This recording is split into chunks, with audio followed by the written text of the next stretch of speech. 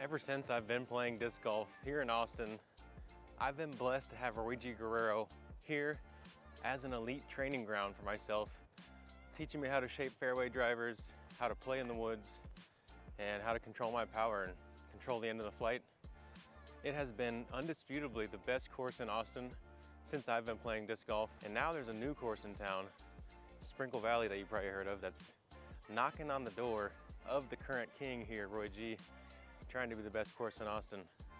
I figure I should play Roy G right now before I head out to tour and don't get to see it again till the off season while it still holds that crown, because I figured that next time I come back, Sprinkle Valley will hold the crown. I don't figure that actually, because I think it's great to have a variety of top-notch courses in the area. But you know, Roy G is always gonna hold a special place in my heart. So let's play Roy G Guerrero, Colorado River Park, Austin, Texas. Beautiful day. You just so happen to find yourself here on the Connor O'Reilly YouTube channel. I am he, Connor O'Reilly, playing for Team Lone Star Discs. Chump Chalk bags helps me get the grip I need on the course. Gorilla Disc Golf helps me look sharp out there. OTB Discs make sure that I have only the best in my hands. And Discology keeps my shoulders nice and comfy as I carry all the discs that I want on the course and more. You know how I like to do it. We're doing the kind of quick warm-up, which means I got to throw at least 2 backhands, 2 forehands off the tee. So let's go ahead and rip the 2 pennies out on the backhands. Didn't hit the gap. It's all right. So we're warming up. I'm like a fine-tuned computer. Just takes a little bit to calibrate sometimes. Sometimes you got to hit the restart button. But once you do that, you know, things are good to go.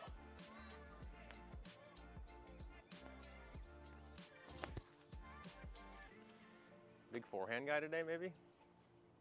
Grass is looking luscious out here at Roy G Guerrero.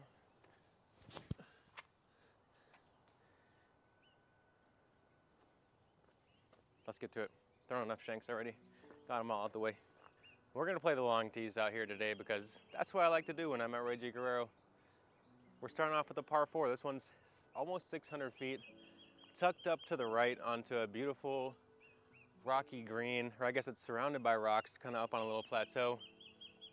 We've obviously got this initial gap, and then we have that 3-headed tree out there in the middle that you got to pick a side. If you play straight through past it, you have some good lanes into the basket. You can also kind of try to bite off to the right, take some distance out. The lanes maybe are a little bit skinnier on the right. I'm gonna play hyzer flip, try to get just to the right of that tree, maybe get a bonus fade out. Prototype Wrangler out of the hand.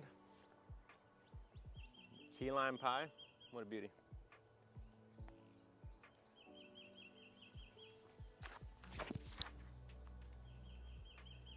Oh yeah, dead straight, a little bit of flip up. That should be a good landing zone.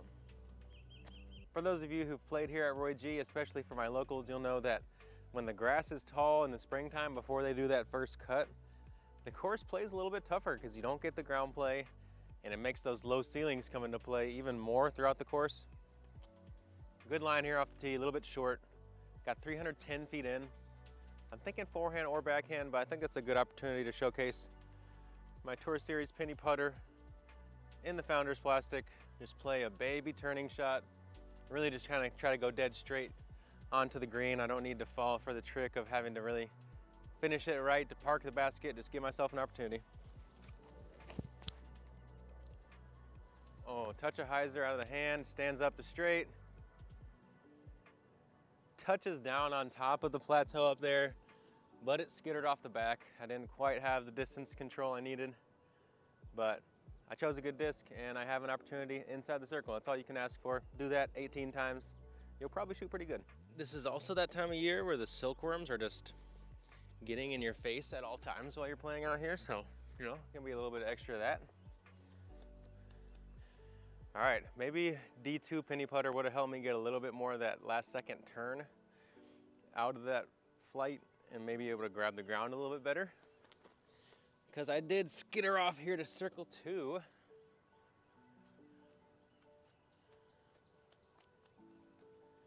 Pretty low ceiling. Good thing I went to Putt League last night out at Live Oak Brewing. Let's see if I can recreate some of that. A little falling kneel putt here. It's about the only option I really have.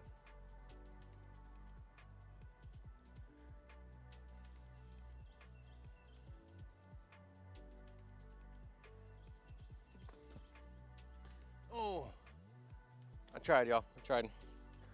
Awesome starting hole here. Tight enough to make you think off the tee, but it gives you options, and you can definitely hit it as hard as you want or play a placement shot off the tee. Kind of a skinny approach, and you got to land it up top, have good pace control. I like it. It's a great starter. Hole 2 is dead straight. You got that big tree trunk in the middle that you got to kind of split left or right. I'm choosing backhand, so you know that means I'm going on the right side of it. Texas Ranger, stand-up hyzer.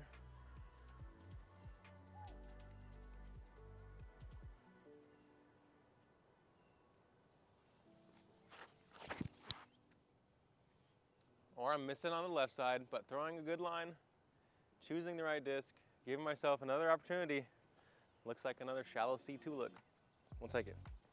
Looks like actually I was able to find myself in circle 1 thanks to this bit of a bowl that we have behind this green, allowing you to really commit off the tee. So I'm gonna take my little disc flip slide up so I can have at least my front foot on the flat ground since I have this upslope right here behind me. Help make me a little more comfortable.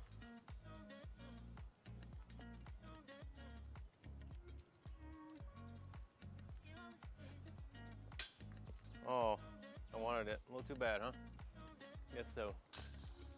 Guess so, y'all. Par start.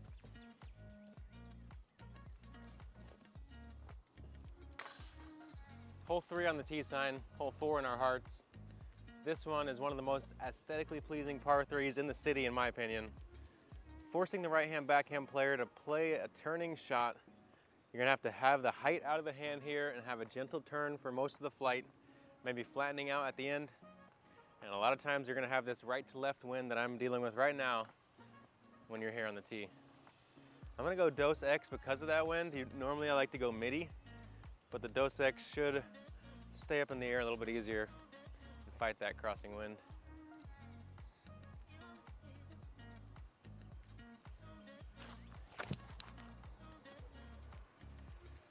Oh, now when you throw it that low, buddy, gotta get it up, y'all. Anyone here know what kind of fungus this is? Very interesting. Never seen it.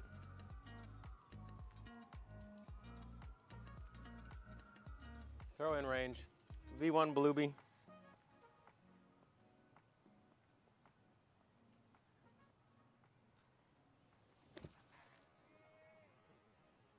Oh, be the one. You guys, I thought I made it. So close.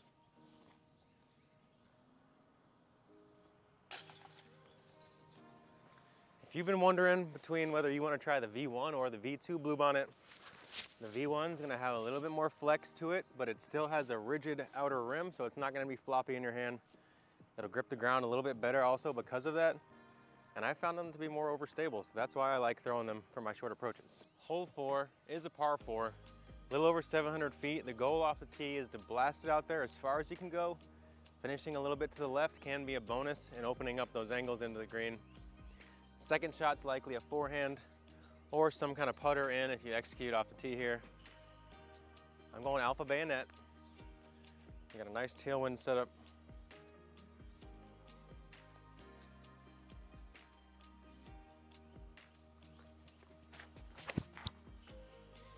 A little bit of turn, fighting out nicely. And that's gonna be a prime time drive here on hole 4. I hear the birds all around me, and I feel a birdie coming on right here. Stay tuned to find out if I'll actually nab my first birdie of the round or not. As you can see, we're lined up with the biggest gap into the green here. Forehand, backhand are both an option. I'm gonna stick with the forehand as the hole does finish slightly to the right. Going with that Whale Lord Founders Horny Toad. Flat release will do the job here, assuming it has more than 3 feet of height.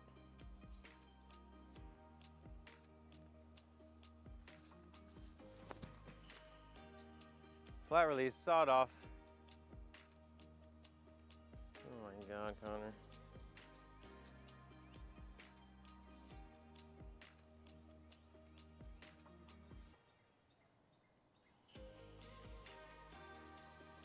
Sometimes it takes a second to really recover from what atrocities you've done to yourself.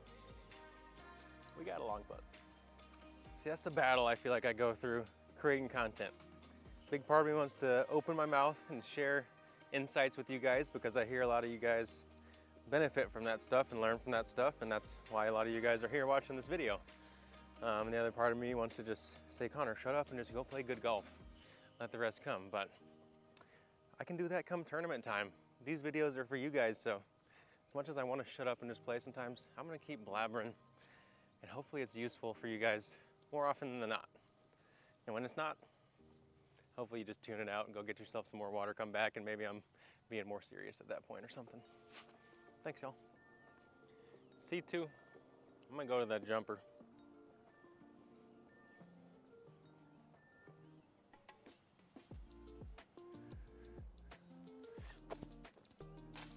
There it is. Jumper didn't let us down. I need to dial in my jumper over the next week or two. I think I've been getting into this kind of shallow C2 range and just trying to putt a regular putt, but when you make that first jumper, you just feel unstoppable. So I'm gonna make sure I warm my jumper up before every round at Texas State's. I'm gonna come out and I'm gonna be unstoppable. I'm gonna manifest it, create it, do it. Hole 5 is one of my favorites because it allows me to use my favorite disc golf descriptive word, dichotomy. This hole has dichotomy because it allows you to play a forehand or a backhand regardless of your handedness. There's also, dare I say, a trichotomous line up the middle. If you're feeling frisky, you can take. But that right side is gonna offer the biggest gap and the most ceiling to work with. So I'm taking my midi, making sure to set the hyzer, and helping you guys see this super cool beetle right here. Come here. Come here, buddy.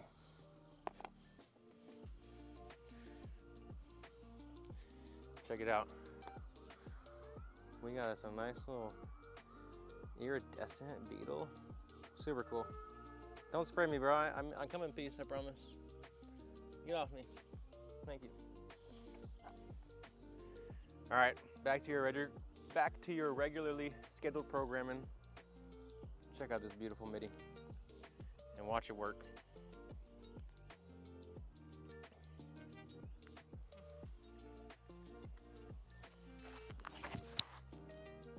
Ooh, that has the height and it got a little tickle off the branch. Drop, drop, drop, drop, drop, drop, drop, drop, drop. Another tickle off a branch. Okay, fought our way to circle 1. We'll take it. If you're in Texas or anywhere near, I'm sure you've heard that the bluebonnets are bursting out of control this time of year.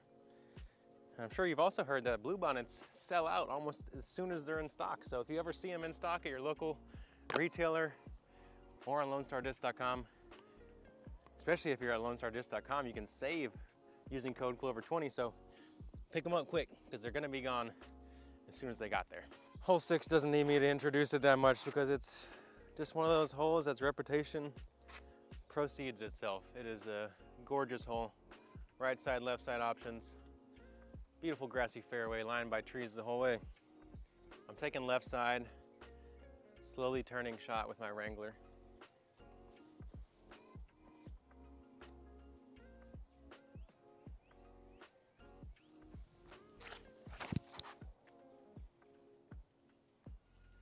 A little bit of turn, flattened out. Kind of a bit of a tame tee shot there. I didn't try to do too much. Gave myself a long birdie look, maybe par at worst. There aren't a ton of holes in Austin where advantageous rollers can be played, but hole 7 out here at Royce seems to be one of those. A little over 400 into the green. I'm gonna play tumbleweed down this left side. Try to land it on a little bit of cut. Let it stand rather quickly.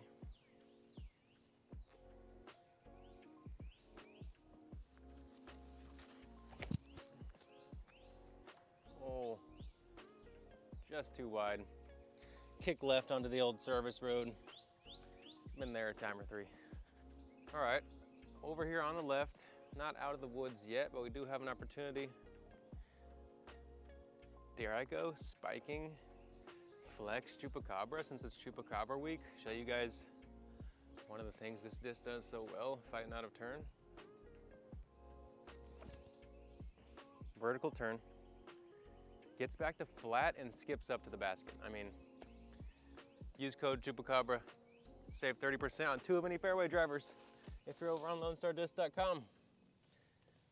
Get yourself one of those tools because it will help you in situations that you never knew you needed it. I'm over here talking about par at worst off the tee. And I choose to throw a roller into the green, and once you throw a roller, whatever at worst is kind of off the table because you're taking a risk. But sometimes it can be worth the reward. Good shot to learn. Slow but steady start so far, and honestly, if I could play slow but steady 9 out of 10 rounds and then maybe get hot 1 out of 10 rounds, I'd be pretty happy. I think we all get a little drunk off looking to play our best on every single shot instead of just maintaining a level of focus and emotional control, allowing the birdies to come, knowing when your pride is getting in your way. You just gotta be like Papa Nate Sexton, slow and steady, go surprise everybody. Slow poke spur here on hole 7.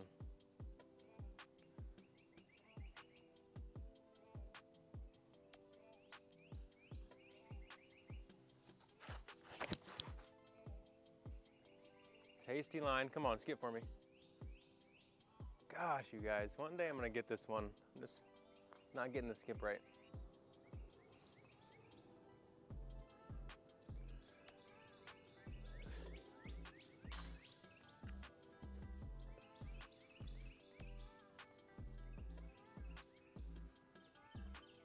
Blue bonnet into the basket. Slow poke spur off the tee. What a beauty. Hole 8 nearly forces you into a forehand the way that the backhand really pinches the tightness of the hole. I'm gonna go on my stable warbird, just try to pop it flat towards that back wall of trees, fade in front.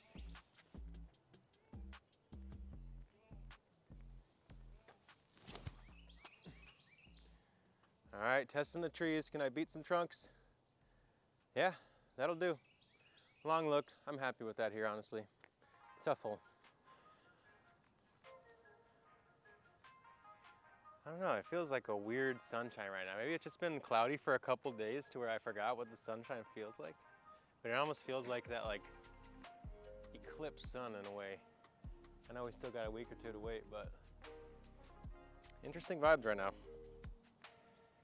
Sometimes it feels like life's scripted or something.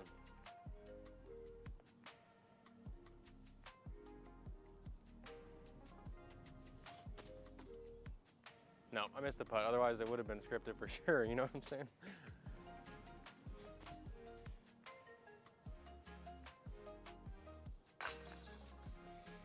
Eight has always played as a bit of a bonus hole. So anytime I have a circle 2 look, I feel like I kind of did my job here. Hole 9's a beast of a par 4. You can see the basket down there in the shadows.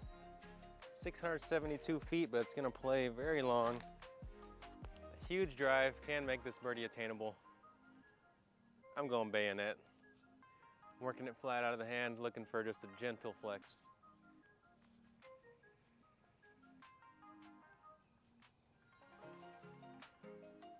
Coming it!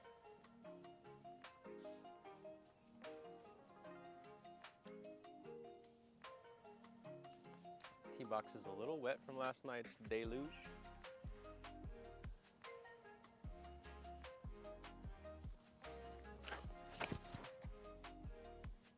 There's that little bit of turn. Can I get a big skip though? Oh yeah. Skip back into the middle. Let's go.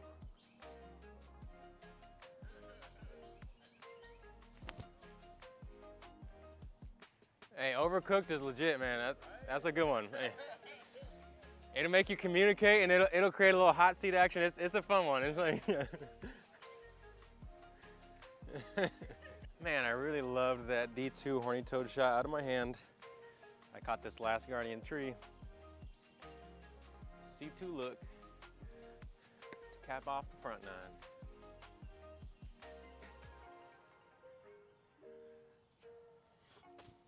Get down. Oh, get down. Down to the chopper, come on. Get down again. Whoop. That is all she wrote for the front 9 of our practice round at Roy G. Guerrero, maybe the last one of the season, presented by Lone Star Discs, Discology, OTB Discs, Gorilla Disc Golf, and Chump Chalk bags. All the ways to support me are in the description below, and that subscription button is waiting for you to hit it right now. Do it. Nope, don't go anywhere. Do it. Okay, see you on the back.